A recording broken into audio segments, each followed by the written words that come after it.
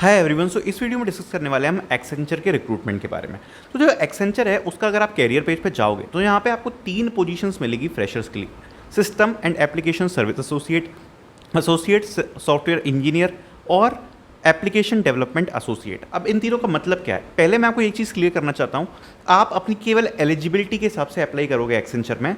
Suppose जैसे हो सकता है आप में से कई लोगों को मेल आया होगा, अगर आप एएससी पे एलिजिबल होते हो बट आपको मेल आया है सिस्टम एंड सर्विस एसोसिएट का, अगर आपको एक्सेंचर की टीम ने कॉन्टेक्ट किया है तो उसमें अप्लाई नहीं करें, वरना ये आपके साथ थोड़ा सा गलत हो सकता है, गड़बड़ हो सकती है। ठीक है, तो आपको रजिस्टर केवल अपनी एलिजिबिलिटी के हिसाब से करना है, चाहे आपको मेल कुछ भी है तो उसके ऊपर डिसाइड करते हैं। तो देखो, जो एएससी और एप्लीकेशन डेवलपमेंट एसोसिएट है इसमें बीटेक, एमसीए, एमएससी, जितने भी 3 ईयर से ऊपर ग्रेजुएशन वाले टेक्निकल कोर्स हैं वो लोग इसमें अप्लाई कर सकते हैं।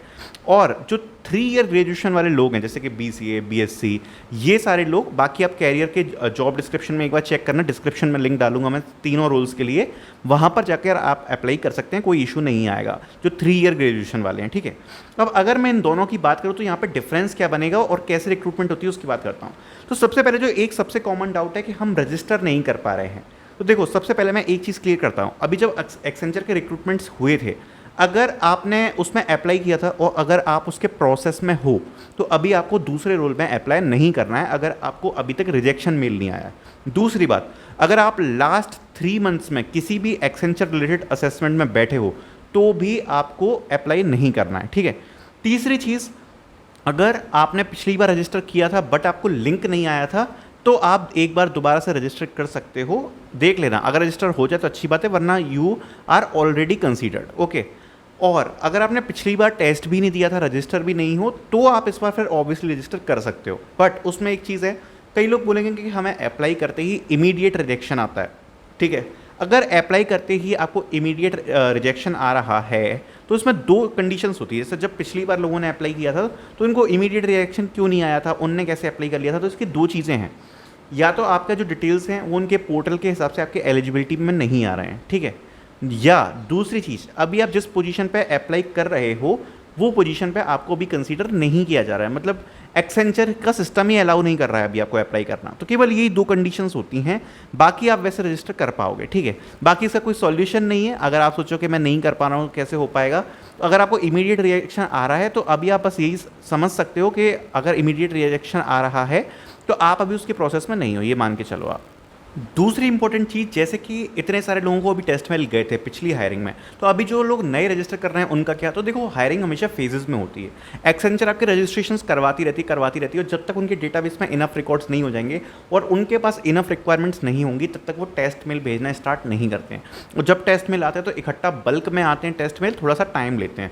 तो अभी पिछली हायरिंग प्रोग्रेस में है, हो सकता है नेक्स्ट, अगर आप अभी रजिस्टर करते हो नेक्स्ट अगले से 1 से 2 महीने में आपकी हायरिंग प्रोसेस भी इन प्रोग्रेस आ जाए, तो आप रजिस्ट्रेशन कर सकते हो अगर आपने अभी तक नहीं किया। तीनों के सेपरेट लिंक आपको डिस्क्रिप्शन में मिलेंगे। ठीक, अब आगे बात करते हैं कि इसके बाद क्या होने वाला है। तो जो प्रोसेस है वो ये होगी, आप जब अप्लाई करोगे तो पहले आपके ऑनलाइन असेसमेंट्स होते हैं। अब ऑनलाइन असेसमेंट में आपका सबसे पहले मॉक असेसमेंट होता है, और मॉक असेसमेंट के बाद आपका जो ऑनलाइन असेसमेंट है उसमें आपका कॉग्निटिव एंड टेक्निकल असेसमेंट होगा, उसके बाद आपका कोडिंग क्वेश्चंस का राउंड होता है, और फिर उसके बाद आपका कम्युनिकेशन असेसमेंट होता है। उसके बाद आपके इंटरव्यू शेड्यूल होते हैं बेस्ड अपॉन कि आपका परफॉर्मेंस कैसा था ऑनलाइन असेसमेंट में, आपको बेसिकली स्लॉट बुक्स करने होते हैं। उसके बाद आपके इंटरव्यूज़ स्टार्ट होते हैं, और इंटरव्यूज़ के बाद क्या होएगा, इंटरव्यू के बाद आपको बैकग्राउंड वेरिफिकेशन की प्रोसेस चालू होती है। अगर आपके इंटरव्यूज़ अच्छे गए हैं, अगर अच्छे गए हैं तो आपको टास्क मेल आता है। अब टास्क मेल क्या है, टास्क मेल में आपको अपने डॉक्यूमेंट अपलोड करने पड़ते हैं। अब डॉक्यूमेंट अपलोड करने के बाद वो एक थोड़ा सा टाइम लेते हैं, जिसमें या तो 2 काम होते हैं, या तो आपको ये मैसेज आएगा कि आपका जो टास्क मेल है वो सफिशियंस हो चुका है, अदरवाइज इनसफिशियंसी का मेल आएगा अगर उन डॉक्यूमेंट्स में कोई इशू आता है, और इनसफिशियंसी का मेल आकर आपको कुछ टास्क रीअसाइन किए जाएंगे, आप उसको कंप्लीट करो दोबारा से।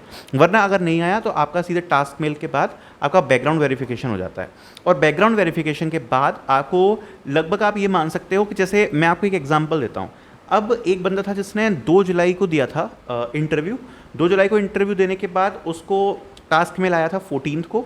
14 के बाद उसका सब कुछ वेरिफिकेशन हो गया, और उसको फिर 28 को आया था ज्वाइनिंग के लिए मेल, और जो 28 को ज्वाइनिंग के लिए मेल आया था उसका आया था 24 अगस्त।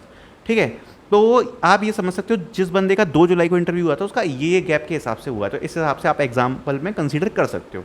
और फिर उसके बाद आपकी ज्वाइनिंग आती है। तो ये आपकी एक पूरी प्रोसेस होने वाली है। और इसमें क्या कोई कूल डाउन पीरियड है? तो कूल डाउन पीरियड होता है 3 मंथ का। अगर आप किसी भी उसमें अपीयर हुए हो असेसमेंट में या इंटरव्यू में, तो आप 3 महीने तक रजिस्ट्रेशन नहीं कर पाओगे, उसके बाद आप कर सकते हो। अब इन तीनों रोल में डिफरेंशिएशन में क्या आता है? तो देखो, जो सिस्टम एंड सर्विस एसोसिएट है उसका जो पे पैकेज होता है वो होता है 3.47, जो कि 3 ईयर ग्रेजुएशन के लिए। 4 ईयर ग्रेजुएशन के लिए जो ASC उसका 4.5 है, एप्लीकेशन डेवलपमेंट एसोसिएट का होता है 4.61। तीनों में बस ये डिफरेंस होता है। बाकी वर्क में कोई इंपैक्ट ज़्यादा पड़ेगा? वर्क रैंडम है, तीनों में कुछ भी डिवाइड हो सकता है, और वर्क के मैनर में तीनों में ज़्यादा ऐसा कोई डिफरेंशिएशन नहीं होता है। लगभग सेम कैटेगरी में ही तीनों आइडेंटिकल रहते हैं। सो आई होप आपको ये वीडियो पसंद आई होगी, मैं जो थोड़ी बहुत डिटेल्स दी हैं। Thank you so much for watching this video.